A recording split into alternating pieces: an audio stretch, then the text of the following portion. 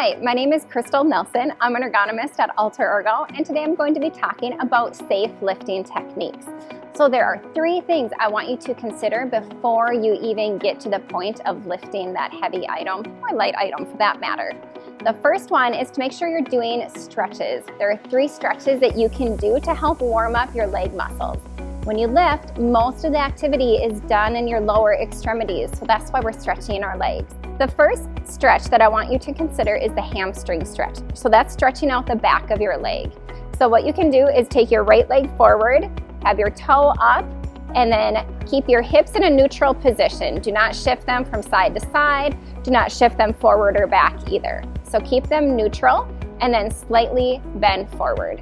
If you don't feel a stretch in your hamstring, you can slightly bend your knee and keep your hips neutral again, or you can elevate your foot and put it onto a box while leaning forward.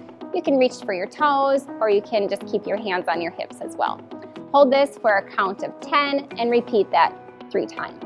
You can also pulse this position too, so if you want to lean forward 10 times, this will also help to stretch your hamstring.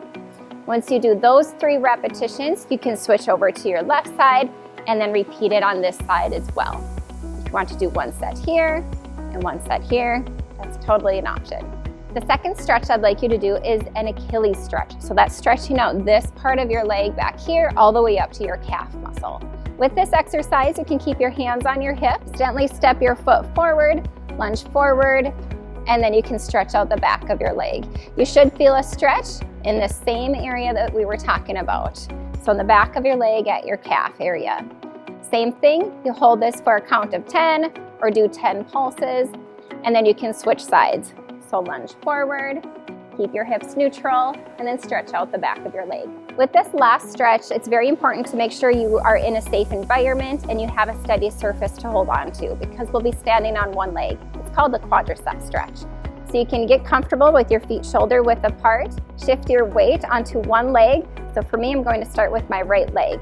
So I'll shift onto my right leg, I'll bring my opposite foot behind me, and then I'm going to stretch my left quadricep muscle right here. So you can hold this for a count of 10, or you can do 10 pulses with this one as well. So slightly extending your knee and bringing it back up. If you don't feel a stretch in your quadricep muscle here, you can slightly extend your back, and that will help to extend this front hip flexor area. So try not to shift your weight side to side or forward or back, just so you can extend your back to get that additional quadricep stretch. Once you've done your stretches, make sure you check the item that you're going to lift. You want to make sure that there aren't any sharp edges, there aren't any slippery surfaces, and you want to make sure that it's a weight that you can safely lift. If it's too heavy, ask someone to help you. It's completely appropriate to do a 2-person lift. If you have any doctor's restrictions on lifting, make sure you follow those as well. Also, make sure that you have a clear pathway. So if you're going from point A to point B, checking that pathway out and making sure it's clear is very important. All wet surfaces should be cleaned up. All tripping hazards should be removed too. You've completed step 1, you've completed your stretches.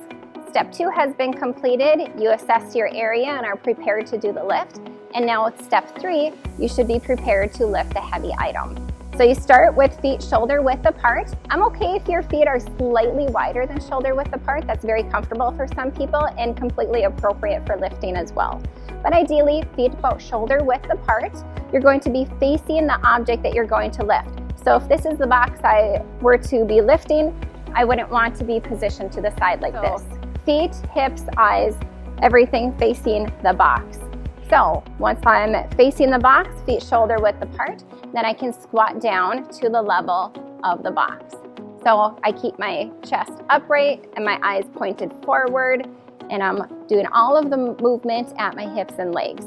So I'm going to stay close to this box.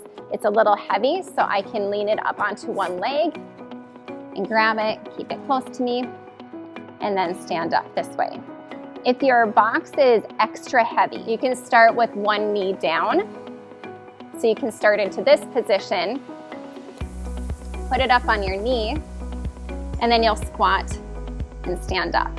So those are both appropriate ways to lift a heavy item. Before you're ready to go from point A to point B, make sure that your feet are straight forward and you want to walk forward and then turn. So you avoid twisting before walking. So keep your body straight and then move in one fluid motion. Avoid twisting your spine. Some other things to consider are avoid twisting while you're lifting, avoid lifting to one side, and avoid wearing clothing that's too tight.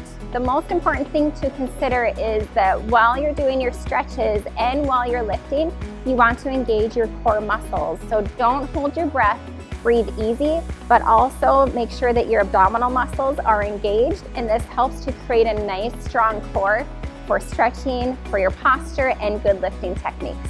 Feel free to follow us for more ergonomic tips and tricks. Thanks for joining us.